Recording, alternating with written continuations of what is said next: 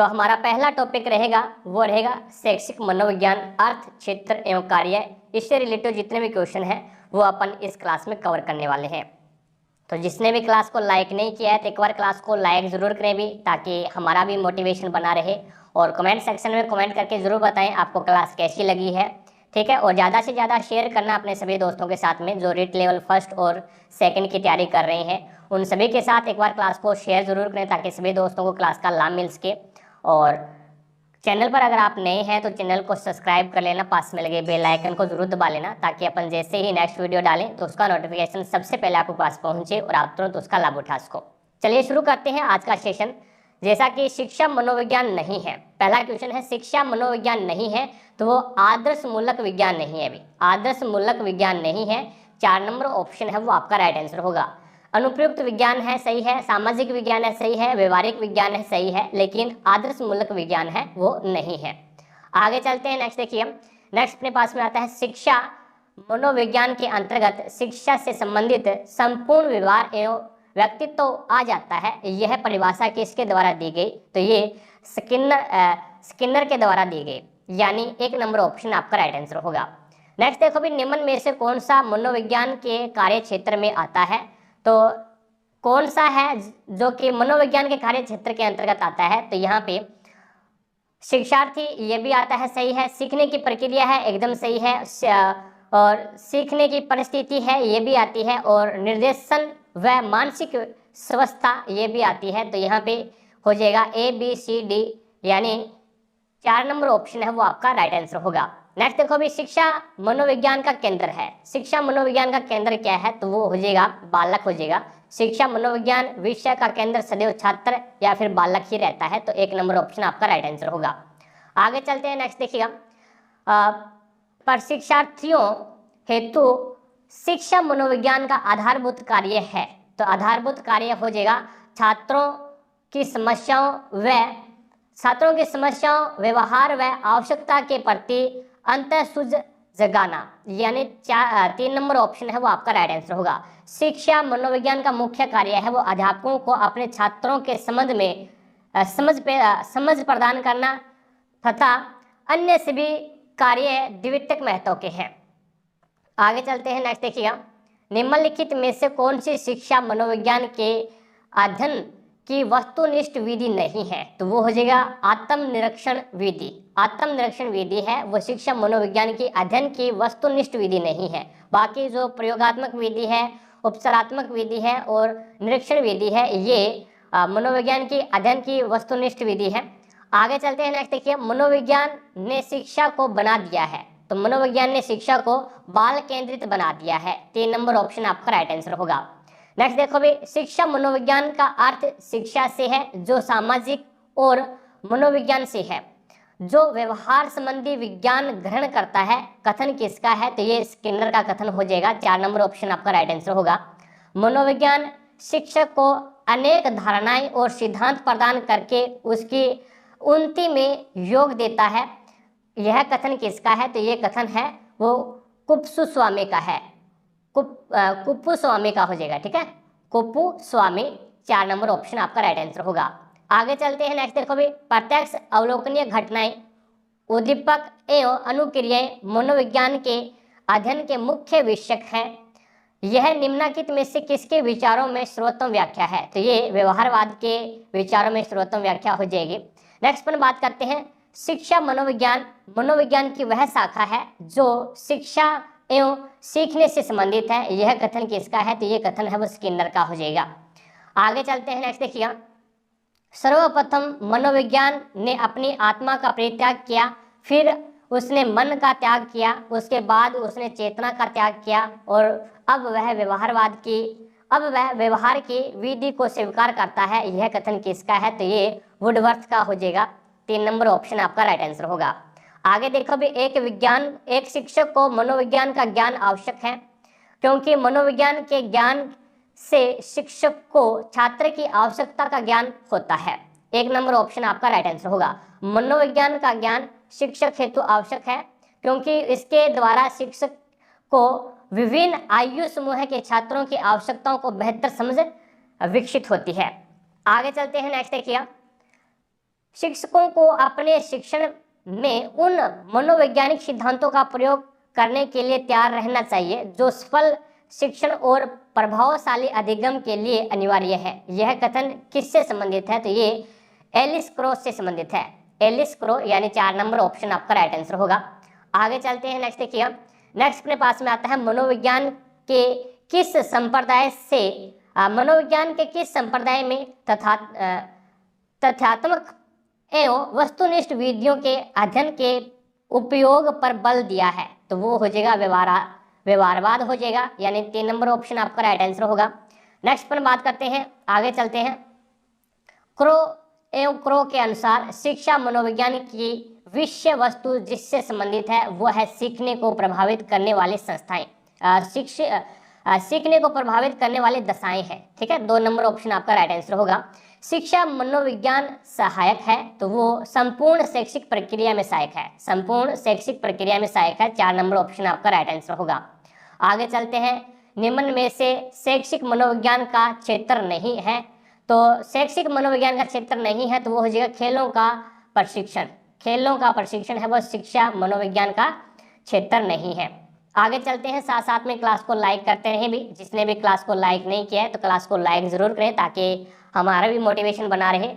और क्लास कैसी लग रही है मुझे कमेंट सेक्शन में कमेंट करके ज़रूर बताएं। अच्छी लग रही है तो क्लास को शेयर कीजिएगा अपने दोस्तों के साथ में ताकि सभी दोस्तों को क्लास का लाभ मिल सके। और चैनल पर नहीं है तो चैनल को सब्सक्राइब कर लें, पास में लगे बेल आइकन को जरूर दबा लें ताकि अपन जैसे ही नेक्स्ट वीडियो डालें तो उसका नोटिफिकेशन सबसे पहले आपके पास पहुंचे और आप तुरंत उसका लाभ उठा सको। चलिए देखिए अगला क्वेश्चन, प्रभावशाली शिक्षक बनने के लिए आवश्यक है कि वह अपने विषय को अच्छे प्रकार से जानता हो। एकदम सही है। वह अपने विद्यार्थियों से अधिकतम संभव अंतःक्रियाएं करता हो और उससे शिक्षण विधियों का पूरा ज्ञान हो। उपरोक्त सभी आपका यहाँ पे राइट आंसर होगा। शिक्षा मनोविज्ञान जरूरी है शिक्षक के लिए, शिक्षा मनोविज्ञान जरूरी है शिक्षक के लिए जरूरी है।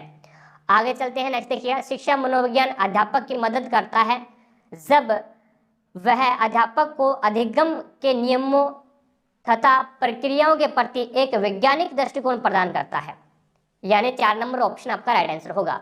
शिक्षा मनोविज्ञान अध्यापकों की तैयारी की आधारशिला है कथन है तो ये चार्ल्स स्किनर के कथन हो जाएंगे, चार्ल्स स्किनर के कथन हो जाएंगे।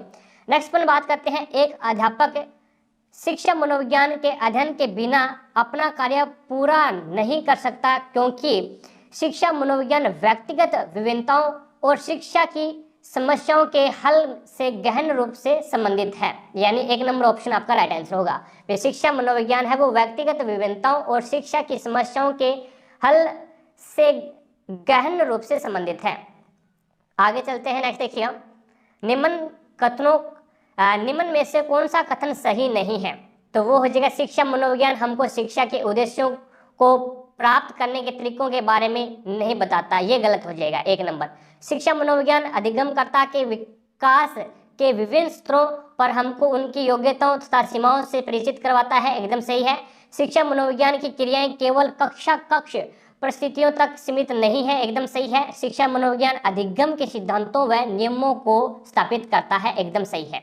आगे चलते हैं, नेक्स्ट देखिए, निम्न में से कौन सा कथन शिक्षा मनोविज्ञान के संदर्भ में सही है?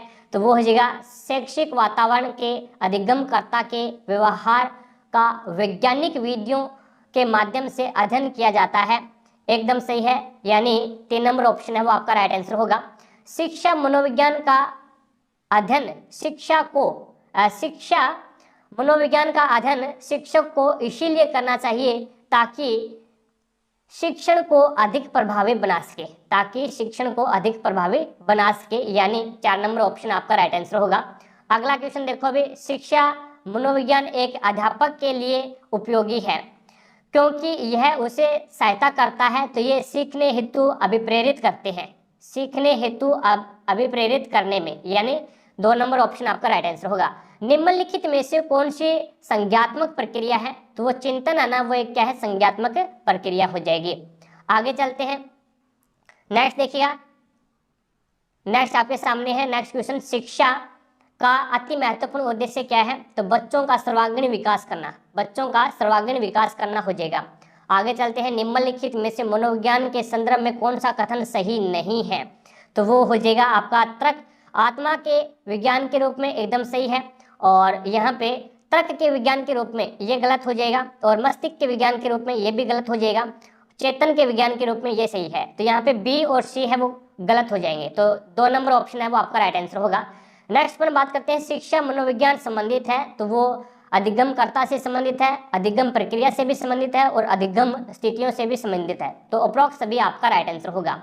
आगे चलते हैं, नेक्स्ट देखिएगा, शैक्षिक मनोविज्ञान शिक्षक की मदद करता है। शैक्षिक मनोविज्ञान है वो शिक्षक की मदद करता है स्वयं के ज्ञान तथा तैयारी में, बच्चों के चरित्र विकास में, और उचित शिक्षण विधियों के उपयोग में। तो ऑल ऑफ दीज है वो आपका राइट आंसर होगा।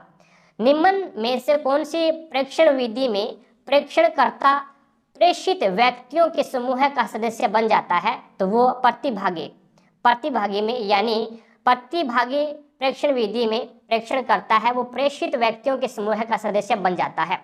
आगे चलते हैं, नेक्स्ट देखिए, नेक्स्ट आपके सामने क्वेश्चन है, शिक्षा मनोविज्ञान शिक्षक की सहायता करता है। तो शिक्षा मनोविज्ञान है वो विकास की विशेषताओं को समझने में सहायता करता है, वैयक्तिक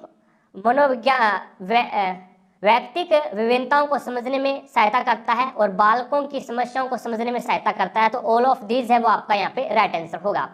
आगे चलते हैं, नेक्स्ट देखिएगा, बाल मनोविज्ञान का केंद्र बिंदु कौन सा है? तो बाल मनोविज्ञान का केंद्र बिंदु बालक हो जाएगा, और जेबी वाटसन के अनुसार मनोविज्ञान अध्ययन है तो ये व्यवहार का अध्ययन हो जाएगा।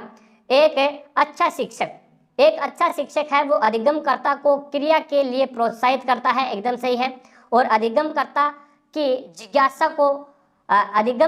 जिज्ञासा का पोषण करता है, एकदम सही है, और एक अच्छा शिक्षक है वो अधिगमकर्ता को कक्षा गतिविधियों में सहयोग के लिए अभिप्रेरित करता है, एकदम सही है। ऑल ऑफ दीज है वो आपका राइट आंसर होगा।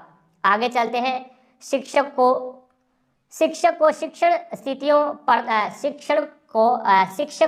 शिक्षण संस्कृति प्रदान की जानी चाहिए। तो वो विद्यार्थियों की मानसिक एवं शारीरिक आयु के अनुरूप की जानी चाहिए। विद्यार्थियों की मानसिक और शारीरिक आयु के अनुरूप की जानी चाहिए। आगे चलते हैं, नेक्स्ट देखिए, नेक्स्ट अपने पास में आता है, शिक्षण अधिगम में मनोविज्ञान के महत्व के संबंध में निम्नलिखित में से कौन सा कथन सही है वो बताना है। तो यहाँ पे शिक्षार्थी को जानने में सहायक, एकदम सही है, शिक्षक को स्वयं को जानने में सहायक, एकदम सही है, प्रभावी अधिगम प्रक्रिया में सहायक होती है, और शिक्षक की व्यावसायिक वृद्धि में सहायक होती है। तो ऑल ऑफ दीज है वो आपका यहाँ पे सही कथन हो जाएंगे। नेक्स्ट देखो भी, किस दृष्टि से शिक्षा मनोविज्ञान उपयोगी नहीं है? तो वो पशुओं पर प्रयोग करने में शिक्षा मनोविज्ञान है वो उपयोगी नहीं है, बाकी बालकों के मानसिक अवस्था का पता लगाने में उपयोगी है, और शिक्षण विधियों के चयन में उपयोगी है, छात्रों को अभिप्रेरित करने में भी उपयोगी है, लेकिन पशुओं पर प्रयोग करने में उपयोगी नहीं है। आगे चलते हैं, नेक्स्ट देखो भी, नेक्स्ट है, शिक्षण की किस विधि से अधिगम में गुणात्मक परिवर्तन हो जाता है या फिर हो सकता है? तो वो बाल केंद्रित शिक्षा पद्धति अपनाकर है वो हम अधिगम में गुणात्मक परिवर्तन कर सकते हैं। मनोविज्ञान के किस संप्रदाय में संपूर्ण को इसके अवयवों के योग से अधिक माना जाता है? तो वो हो जाएगा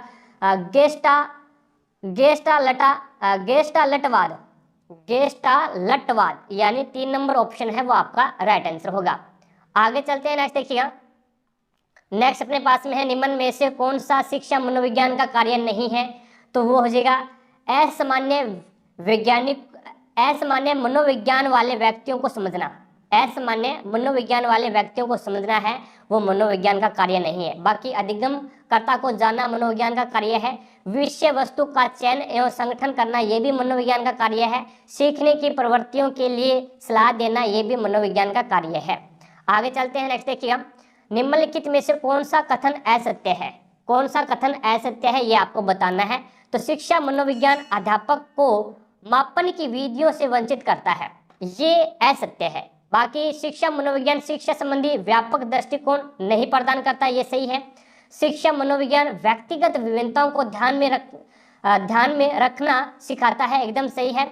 और शिक्षा मनोविज्ञान है वो श्रेष्ठ शिक्षण विधियों की जानकारी देता है, ये भी सही है। लेकिन 3 नंबर है शिक्षा मनोविज्ञान अध्यापकों को मापन की विधियों से वंचित करता है, ये असत्य है।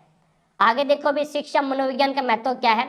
तो शिक्षा मनोविज्ञान का महत्व है विकासात्मक विशेषताओं को समझने में, एकदम सही है, अधिगम की प्रकृति को समझने में और व्यक्तिगत विभिन्नताओं को समझने में शिक्षा मनोविज्ञान का महत्व है। तो ऑल ऑफ दीज आपका यहाँ पे राइट आंसर होगा। निम्नलिखित में से कौन सा शिक्षा मनोविज्ञान का एक कार्य नहीं है? तो वो हो जाएगा अनुशासन बनाए रखने में सहयोगी। निम्नलिखित में से क्या है? निम्नलिखित में से कौन सा शिक्षा मनोविज्ञान का एक कार्य नहीं है? तो कोई भी विकल्प सही नहीं है, कोई भी विकल्प है वो यहाँ पे सही नहीं है। अनुशासन बनाए रखने में सहयोगी गलत। कक्षा कक्ष की समस्याओं का समाधान शिक्षा मनोविज्ञान नहीं कर सकता। आंकलन एवं मूल्यांकन में सहयोगी, तो ये भी शिक्षा मनोविज्ञान का कार्य नहीं है। तो कोई भी विकल्प है वो सही नहीं है। 4 नंबर ऑप्शन आपका राइट आंसर हो जाएगा। आगे चलते हैं, नेक्स्ट देखो भी निम्नलिखित में से कौन सा कथन शिक्षा मनोविज्ञान के संदर्भ में सही नहीं है? तो यह एक पूर्ण विज्ञान नहीं है, यह एक पूर्ण विज्ञान नहीं है, यह शिक्षा मनोविज्ञान के संदर्भ में सही नहीं है। 4 नंबर ऑप्शन आपका राइट आंसर होगा। लेकिन इसका संबंध शिक्षा से क्या और क्यों से है? ठीक है, मनोविज्ञान का संबंध है वो शिक्षा से क्या और क्यों से है। और यह शैक्षिक वातावरण में एक व्यक्ति के व्यवहार के अध्ययन के लिए वैज्ञानिक विधियों का प्रयोग करता है, एकदम सही है। और यह शिक्षक, शिक्षार्थी एवं शिक्षण अधिगम परिस्थितियों से संबंधित है। आगे चलते हैं, नेक्स्ट देखिएगा। नेक्स्ट अपने पास में है शिक्षा मनोविज्ञान शिक्षक की सहायता करता है। शिक्षा मनोविज्ञान शिक्षक की सहायता करता है, तो वो स्वयं को जानने के लिए, छात्रों को जानने में और कक्षा की समस्याओं को जानने में। तो अप्रोक्स सभी आपका यहाँ पे राइट आंसर होगा। शिक्षा मनोविज्ञान शिक्षक की सहायता करता है, तो स्वयं को जानने के लिए, छात्रों को जानने के लिए और कक्षा की समस्याओं को जानने में। आगे चलते हैं, नेक्स्ट देखिएगा। आगे आता है अपने पास में नेक्स्ट क्वेश्चन है शिक्षा मनोविज्ञान शिक्षक की सहायता करता है, तो ये विकास की विशेषताओं को समझने में, व्यक्तिक विभिन्नताओं को समझने में, बालकों की समस्याओं को समझने में। अप्रोक्स भी आपका राइट आंसर होगा। शिक्षा मनोविज्ञान नहीं है, तो शिक्षा मनोविज्ञान एक मानक विज्ञान नहीं है अभी। बाकी मनोविज्ञान की एक अनुप्रयुक्त शाखा है, शिक्षा का विज्ञान है और एक धनात्मक विज्ञान है, ये है, लेकिन एक मानक विज्ञान नहीं है। आगे चलते हैं, नेक्स्ट देखिए। नेक्स्ट पर बात करते हैं किसके अनुसार शिक्षा मनोविज्ञान शिक्षा का विज्ञान है? तो ये हो जाएगा पील के अनुसार। पील के अनुसार है वो शिक्षा मनोविज्ञान है वो एक शिक्षा का विज्ञान है। जेबी वाटसन के अनुसार मनोविज्ञान अध्ययन है, तो ये व्यवहार का अध्ययन हो जाएगा। ठीक है, और जेबी वाटसन जो कि व्यवहारवाद के जनक हैं, उन्होंने मनोविज्ञान को व्यवहार के सकारात्मक विज्ञान के रूप में परिभाषित किया है। आगे चलते हैं, किसके अनुसार शिक्षा मनोविज्ञान, किसके अनुसार शिक्षा मनोविज्ञान व्यक्ति के जन्म से लेकर वृद्धावस्था तक सीखने संबंधी अनुभव का वर्णन और व्याख्या करती है? तो वो क्रो एंड क्रो के अनुसार है, क्रो और क्रो के अनुसार है। तुलनात्मक विज्ञान का परिचय, तुलनात्मक मनोविज्ञान का परिचय पुस्तक संबंधित है, तो ये व्यवहारवाद से संबंधित है। भी तुलनात्मक मनोविज्ञान का परिचय पुस्तक है वो व्यवहारवाद से संबंधित है। आगे चलते हैं, नेक्स्ट देखिए। नेक्स्ट अपने पास में सुमेलित करना है, तो यहाँ पे मनोविज्ञान एक व्यवहारवादी है, ये के लेखक कौन है? मनोविज्ञान एक व्यवहारवादी है के लेखक कौन है? तो ये हो जाएगा वाटसन है। मनोविज्ञान का सिद्धांत किसने दिया था? तो मनोविज्ञान का सिद्धांत है वो जेम्स ने दिया था। और पेडागोजी क्रीड पुस्तक के लेखक कौन है? पेडागोजी ग्रिड के पुस्तक, पेडागोजी ग्रिड पुस्तक के लेखक हैं वो हो जाएगा डीवी। और शिक्षा की प्रक्रिया पुस्तक के लेखक कौन है? तो ये हो जाएगा ब्रूनर। नेक्स्ट पर बात करते हैं आत्म सिद्धि का संप्रत्यय किस संप्रदाय से संबंधित है? तो वो हो जाएगा मानवतावाद से संबंधित हो जाएगा। अभी नेक्स्ट देखो भी निम्नलिखित में से कौन सा फ्रायडवादी है? निम्नलिखित में से कौन फ्रायडवादी है? तो वो हो जाएगा एरिक्सन। कौन है? एरिक्सन, यानी 2 नंबर ऑप्शन आपका राइट आंसर होगा। आगे चलते हैं, मनोविज्ञान को आंतरिक संसार के विज्ञान के रूप में परिभाषित किया, तो वो क्या था? सल्ली ने। 4 नंबर ऑप्शन आपका राइट आंसर होगा। अगला क्वेश्चन देखो भी निम्न में से कौन सी शाखा सैद्धांतिक मनोविज्ञान से सम्मिलित, सैद्धांतिक मनोविज्ञान में सम्मिलित की जाती है? तो वो है बाल मनोविज्ञान। बाल मनोविज्ञान 2 नंबर ऑप्शन हो जाएगा। नेक्स्ट देखो भी निम्नलिखित में से कौन सा सही सुमेलित नहीं है, तो वो हो जाएगा मनोविश्लेषणवाद जर्मनी। मनोविश्लेषणवाद जर्मनी ये सही सुमेलित नहीं है। बाकी संरचनावाद जर्मनी हो जाएगा, मानवतावाद है वो अमेरिका हो जाएगा और व्यवहारवाद है वो अमेरिका हो जाएगा। आगे चलते हैं, नेक्स्ट देखिए। नेक्स्ट अपने पास अगला क्वेश्चन है, मनोविज्ञान की किस विधि के कारण प्रभाव संबंध की व्याख्या होती है। मनोविज्ञान की किस विधि के कारण प्रभाव संबंध की व्याख्या होती है, तो वो हो जाएगा प्रयोग, यानी 2 नंबर ऑप्शन आपका राइट आंसर होगा। नेक्स्ट देखो भी प्रयोग के दौरान प्रयोगकर्ता द्वारा जिन चरों में स्वयं परिवर्तन किया जाता है वे क्या कहलाते हैं, तो वो स्वतंत्र चर कहलाते हैं। आगे देखो भी निष्ठावान अध्यापक अनुभव करता है कि अधिगम की मात्रा वह गुण का निर्धारण बहुत अधिक सीमा तक होता है, तो वो आप कक्षा कक्ष अनुशासन द्वारा या फिर विषय वस्तु विश्लेषण द्वारा, तो विषय वस्तु विश्लेषण द्वारा और छात्रों की अंतःक्रिया द्वारा। निष्ठावान अध्यापक है वो अनुभव करता है कि अधिगम की मात्रा व गुण का निर्धारण है वो बहुत अधिक सीमा तक होता है, तो वो विषय वस्तु की विश्लेषण द्वारा करता है और छात्रों की अंतःक्रिया द्वारा करता है। तो बी और सी यानी फर्स्ट नंबर ऑप्शन आपका राइट आंसर होगा।